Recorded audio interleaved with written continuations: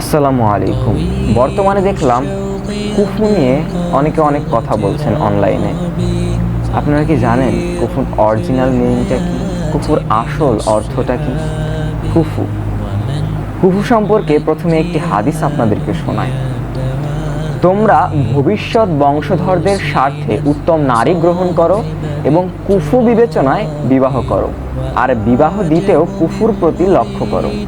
হাদিসটি সুনান ইবনু মাজাহ 1988 নম্বর হাদিস এবং হাদিসটি সহিহ। এবার আসা যাক কুফুর অর্থ কি।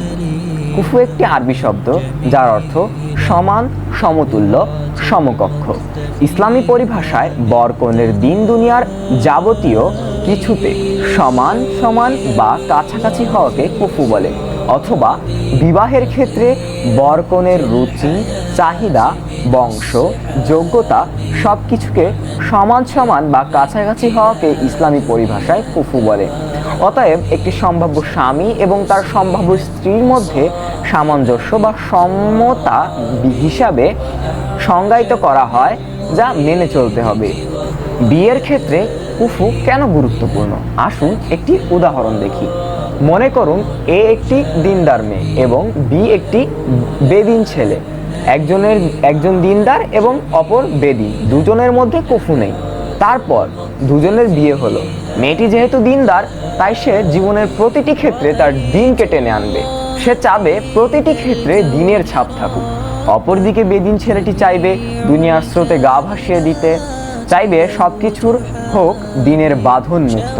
ফলস্বরূপ অশান্তি এবং শেষ পরিণতি তালাক। এবার আরেকটি উদাহরণ দেখা যাক। মনে করুন আপনার মাসিক আয় 10,000 টাকা, আর আপনি এমন কাউকে বিয়ে করলেন যার বাবার মাসিক আয় ছিল 50,000 টাকা।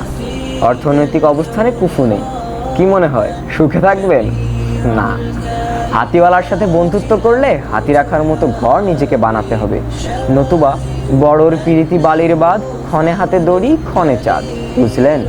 অতএব আপনার রোজগার 10,000 টাকা হলে আপনার বিয়ে করা উচিত এমন কাউকে যে এর মধ্যেই মানিয়ে চলতে পারবে, নয়তো বিয়ের পর শুনতে হবে ভুল করেছি তোমাকে বিয়ে করে, দাও এবার আমার হাতটি ছেড়ে দাও। কুফু সম্পর্কিত রাসূলুল্লাহ সাল্লাল্লাহু আলাইহি ওয়াসাল্লামের আরেকটি হাদিস রয়েছে। তিনি বলেন, তোমাদের প্রত্যেকের কৃতজ্ঞ অন্তর ও জিকিরকারী জিহ্বা হওয়া উচিত, আর এমন মুমিনা স্ত্রী গ্রহণ করা উচিত যে তার আখিরাতের কাজে সহায়তা করবে। হাদিসটি ইবনে মাজাহ 1856 নম্বর হাদিস, আস-সিলসাতুস সিহহা 2176 নম্বর হাদিস। এখন সবগুলো বিষয় যদি পর্যালোচনা করে আমরা দেখি, তাহলে দেখতে হবে আমাদের বংশমর্যাদা, দিনদারিতা এবং অর্থনৈতিক অবস্থা এবং মনের যে বিষয়টি সেগুলো। যদি চারদিকেই আপনি পেয়ে যান জীবনসঙ্গী এমন, তাহলে নির্দ্বিধায় বিয়ে করে নিন। নতুবা আপনাকে জীবনে এমন এক পর্যায়ে যেতে হবে, এমন এক পরিস্থিতির সম্মুখীন হতে হবে যা অত্যন্ত লজ্জাকর এবং জীবনে ডেকে আনবে অশান্তি, নিদ্রাহীনতা। বুঝতেই পারছেন আমি কোন বিষয়ের কথা বলছি, সেটি হচ্ছে তালাক। তাই আল্লাহ তাআলা আমাদের সকলকে কুফু মিলিয়ে এবং কুফু সম্পর্কে সুস্পষ্ট ধারণা রেখে বিবাহ করার তৌফিক দান করুক। আমিন। আমার জন্য সকলে দোয়া করবেন। ভালো থাকবেন, সুস্থ থাকবেন এবং দ্বীন ইসলামের উপর চলার চেষ্টা করবেন। আল্লাহ হাফেজ।